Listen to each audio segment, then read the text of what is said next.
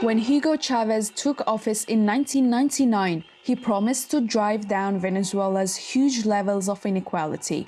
Despite the country having the largest oil reserves in the world, Chavez accused the government and the elite of leaving the majority of people behind. His socialist government moved to nationalize oil operations and focus the funds on helping the poor.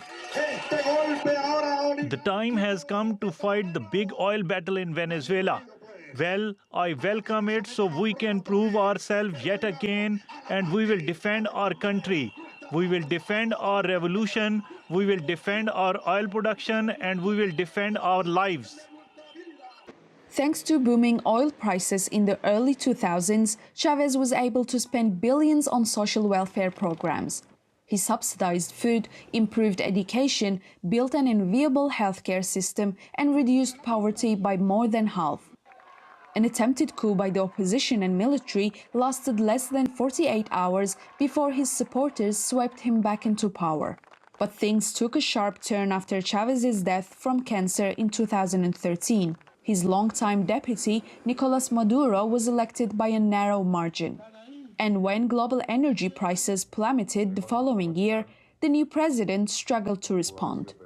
Some economists estimate Venezuela's GDP has shrunk by more than 75% under Maduro, as the country faces inflation, shortages, and the currency that's been converted multiple times to have fewer zeros. I'm retired and my pension doesn't cover my expenses. It doesn't even come close. I have stopped buying many things that I could buy before. Now I don't have access to because the situation is very difficult.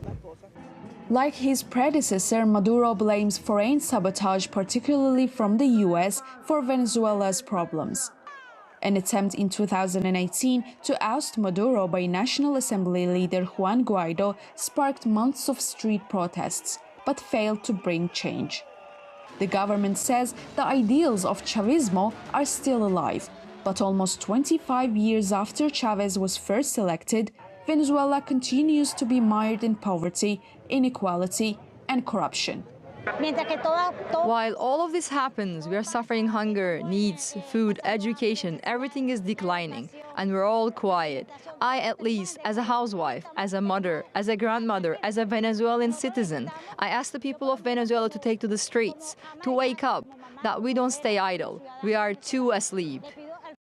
According to the UN, 5.6 million Venezuelans have left the country since the political and economic crisis started to bite in 2014. And because of violence, insecurity, and lack of essential services, that number is expected to keep on rising. Sena Saylan, TRT World.